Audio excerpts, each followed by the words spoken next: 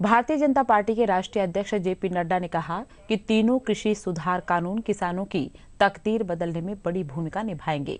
जयपुर में राजस्थान प्रदेश भाजपा कार्यकारिणी की बैठक को संबोधित करते हुए उन्होंने कहा कि प्रधानमंत्री नरेंद्र मोदी ने किसानों के कल्याण के लिए हमेशा सार्थक प्रयास किए हैं।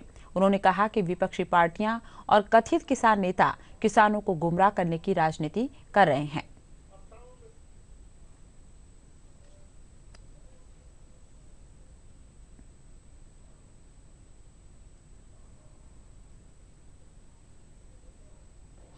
मेरा आप सबसे एक निवेदन है, और वो निवेदन इसलिए है क्योंकि हम Bharatiya Janata Party is a mass organisation with a cadre based cadre, यानी हम मास ऑर्गेनाइजेशन है, हमारी जनता में छवि है, लेकिन हम काडर बेस्ड हैं।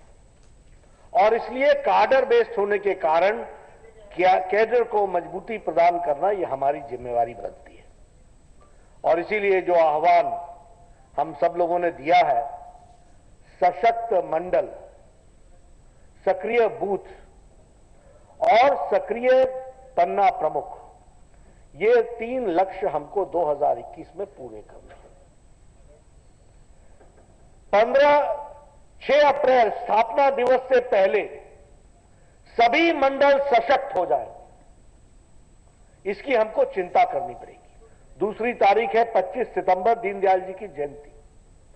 तब तक हमारे बूथ का गठन पूरा का पूरा हो जाना चाहिए।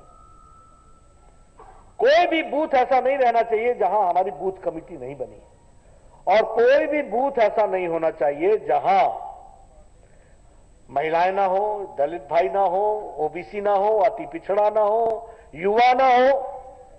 इन सब लोगों को साथ जोड़ करके हमको समिति बनानी है, और यह समिति को नीचे धरती पर उतारना ये हमारी जिम्मेवारी है।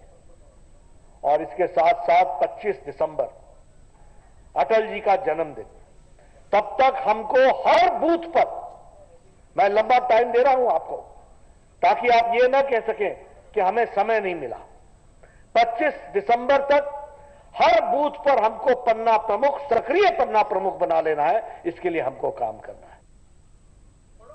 प्रदेश की कांग्रेस सरकार की आलोचना करते हुए भाजपा के राष्ट्रीय अध्यक्ष जेपी नड्डा ने कहा कि महिला अपराधों की संख्या में इजाफा हुआ है। उन्होंने आरोप लगाया कि चुनाव के समय किसानों और युवाओं से किए गए वादे अभी तक पूरे नहीं हुए हैं। दिन भी गिना दिए थे ना कि इतने दिन में हो जाएगा, तो अब आपको मालूम ही है कि इन लोगों ने क्या किया और किस तरीके से। और दुख के साथ कहना पड़ता, मैं पिछली बार आया था तो मैंने बताया था कि दलितों पर यहां बहुत अत्याचार हो रहा है, दलितों के साथ अन्याय हो रहा है। आज राजस्थान दलित अत्याचार में नंबर 2 पर खड़ा है, कोई सुध नहीं है। अगर हम बात करें क्राइम रिकॉर्ड्स की दृष्टि से, जैसा इन्होंने बताया 21% बढ़ गया है crime record. National crime record bureau का ये आंकड़े हैं। 15.3 बेरोजगारी बढ़ गई है। ये ट्रांसपेरेंसी इंटरनेशनल की रिपोर्ट को तो राजस्थान भ्रष्टतम राज्य बन चुका है। मतलब हम राजस्थान में पहले या दूसरे नंबर पर ही हैं। किन चीजों में? क्राइम में, करप्शन में। अच्छा नहीं लगता, लेकिन दुष्कर्म और रेप में नंबर 1 राजस्थान खड़ा है क्राइम रिकॉर्ड के अनुसार। रेप्स में ये महिलाओं की स्थिति आकर के खड़ी हो गई। और ये क्यों हो रहा है, इसको भी समझिए। जब राज्य करने की प्रायोरिटी नहीं होगी तो राज्य होगा कैसे? मेरा चार्ज है कि वर्तमान सरकार, गहलोत सरकार का प्रायोरिटी सुशासन देने का नहीं है, प्रायोरिटी कुशासित राज्य के रूप में बढ़ने का है। इसको हमको समझना चाहिए, और इसीलिए ये हमारी जिम्मेवारी बन जाती है कि आने वाले समय में लॉक, स्टॉक एंड बैरल के साथ इस सरकार को नमस्कार और भारतीय जनता पार्टी का कमल खिलाना है। इसको हमको आगे बढ़ाना है, इसके लिए हमको काम करना पड़ेगा। उन्होंने कार्यकर्ताओं को संबोधित करते हुए आह्वान किया कि वे संगठन की मजबूती के लिए संकल्प के साथ कार्य करें। उन्होंने कहा कि पार्टी को जमीनी स्तर पर मजबूत करने के लिए सशक्त मंडल, बूथ समिति और पन्ना प्रमुख का गठन किया जाए।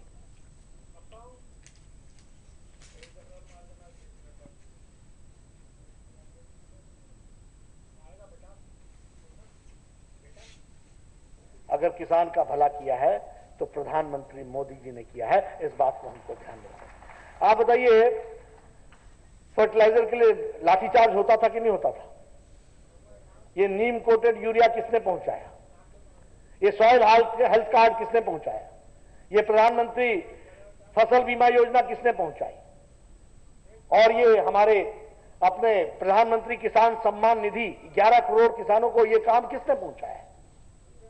और ये जो रिफॉर्म्स है, ये रिफॉर्म्स किसान की तस्वीर और तकदीर बदलेगा, इस बात की हमको गारंटी है। प्रधानमंत्री जी ने कहा कि ये ऑप्शनल है, करना चाहो करो, न चाहो न करो, ये तुम्हारी मर्जी है। मैं हिमाचल का रहने वाला हूं, मैं बिलासपुर का रहने वाला हूं।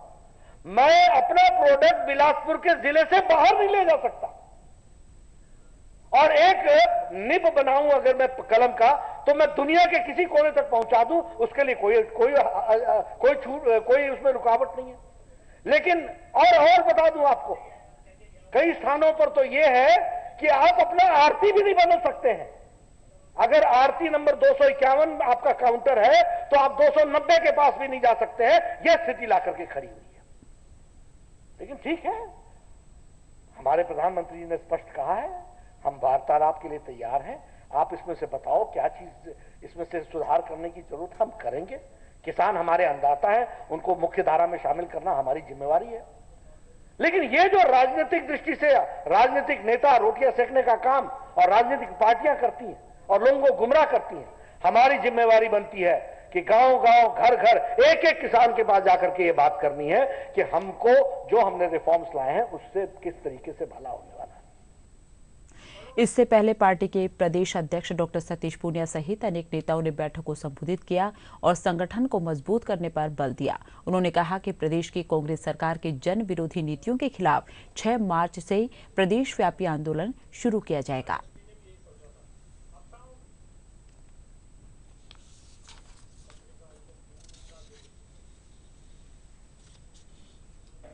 राजस्थान का बेरोजगार, जिसको जन घोषणा पत्र में कहा, बजट 1 में कहा, बजट 2 में कहा, ये कहा 2 लाख नौकरियां देंगे, कुछ चंद हजारों नौकरियां देकर राजस्थान के उन नौजवानों को सड़कों पर भटकने के लिए मजबूर कर दिया। आज 28.2% बेरोजगारी सबसे ज्यादा हिंदुस्तान में कहीं है तो राजस्थान की धरती पर है। संविदा कर्मी आंदोलन कर रहे हैं, उनको नियमित करने का वादा किया था। राजस्थान की जनता, जिनको हम लोग हमारी पूर्ववर्ती सरकार में आदरणीय वसुंधरा जी की सरकार की अनेकों ऐसी योजनाएं थी, या तो उन योजनाओं को बंद कर दिया या उनका टाइटल बदल दिया, लेकिन टाइटल बदलकर भी उन योजनाओं के साथ न्याय नहीं कर रहे। हमारे सदन में नेता प्रतिपक्ष और हमारे तमाम सदस्यों ने पिछले दिनों सवालों के जरिए और सदन की परंपराओं के जरिए सरकार को सदन में घुटने टेकने पर मजबूर कर दिया। मैं आपसे निवेदन करना चाहूंगा कि भले ही कोरोना का प्रोटोकॉल है, 144 लगी हुई है, लेकिन हमारे सब कार्यकर्ताओं का यह आग्रह है कि राजस्थान में एक बड़ा जन आंदोलन खड़ा करें। और इसलिए आज तो आपका स्वागत करने के लिए हमने बुलाया। 6 मार्च से 14 मार्च तक यही बिजली, कानून व्यवस्था, रोजगार, कर्जा माफी, इन सब के लिए हम लोग उपखंड स्तर पर हल्ला बोल कार्यक्रम की शुरुआत करेंगे। और मैं आपको निमंत्रण देता हूं आदरणीय अध्यक्ष जी, जब ये कोरोना का प्रोटोकॉल खत्म हो जाए, 144 खत्म हो जाए, इसका संक्रमण कम हो जाए, तो राजस्थान में, इसी राजधानी में आपका 2 लाख आंदोलनकारी इन सब समस्याओं को, मांगों को लेकर आपका स्वागत करेंगे। एक ऐसा प्रचंड आंदोलन इस सरकार के खिलाफ खड़ा करेंगे।